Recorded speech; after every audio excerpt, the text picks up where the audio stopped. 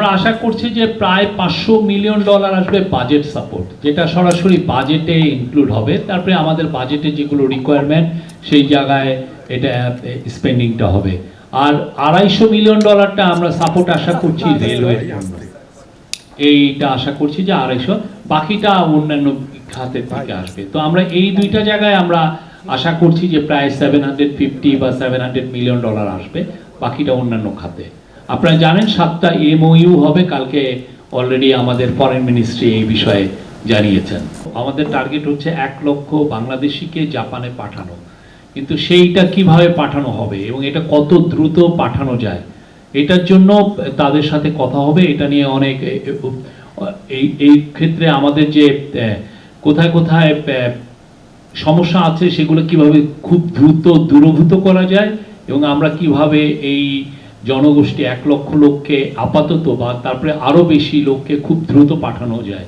তো একটা বড় জায়গা আইডেন্টিফাই করা হয়েছে যে ল্যাঙ্গুয়েজ ট্রেনিং, যে দেখা যাচ্ছে যে আমাদের এখান থেকে যারা যাচ্ছেন জাপানে তারা যে ল্যাঙ্গুয়েজটা ট্রেনিং করে যাচ্ছেন সেটা ইনঅ্যাডিকুয়েট, এবং ফলে তারা খুব স্কিল লেবার হিসেবে, স্কিল ওয়ার্কার হিসেবে কাজ পাচ্ছেন না। তো সেই জন্য এখানে কিভাবে ল্যাঙ্গুয়েজ ট্রেনিংটা খুব দ্রুত দেওয়া যায়, এবং এটাকে জাপানে এটাকে বলে হচ্ছে N4। আমরা যেটা এখানে যারা ল্যাঙ্গুয়েজ ট্রেনিং নিচ্ছেন তারা হচ্ছে N5।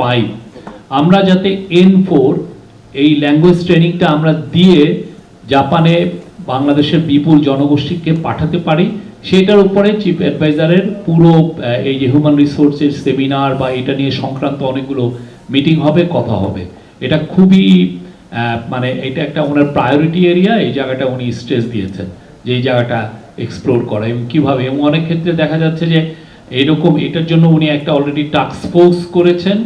এই টাস্ক ফোর্সটা কাজ করছে এবং সেক্ষেত্রে একটা জিনিস আইডেন্টিফাই করা হয়েছে যে আমাদের জাপানিজ ল্যাঙ্গুয়েজ ট্রেনার অত বেশি নাই, যে হঠাৎ করে আমি যে স্কেলটা বাড়াবো, যে খুব দ্রুত 1 লক্ষ লোককে ল্যাঙ্গুয়েজ ট্রেনিং দিয়ে যে পাঠানো, এই ট্রেনার আমাদের নাই। তো ট্রেনার কি বাইরের থেকে আনা লাগবে কিনা, বা জাপান আরও ট্রেনার পাঠাবে কিনা, বা আমাদের আশেপাশে দেশ কিছুটা আমরা দেখেছি যে নেপালে বেশ কিছু ভালো ট্রেনার আছে, তো আশেপাশের দেশ থেকে আমরা আনবো কিনা, বা এটাকে কিভাবে স্কেল আপ করা যায় সেই বিষয়টা ওনার আজ এই ট্যুরে খুবই বড় রকমের এমফাসিস পাবে।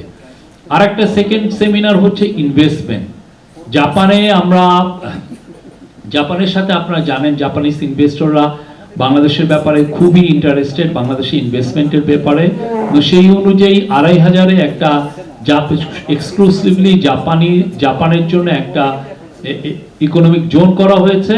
সেই ইকোনমিক জোনে যাতে আরো বেশি জাপানিজ ইনভেস্টর আসেন এবং তাদের জন্য কি কি ফ্যাসিলিটি দেওয়া যায় সেটার উপরে উনি কথাবার্তা বলবেন। ওই যে সেমিনারটা হবে সেখানে আমরা আশা করছি 300-র মতো জাপানিজ ইনভেস্টর থাকবে, তাদের উদ্দেশ্যে প্রফেসর ইউনূস কথা বলবেন এবং অনেক ক্ষেত্রে কারো সাথে আরো বেশি আমরা এক্সটেন্সিভ মিটিং হওয়ার সম্ভাবনা আছে।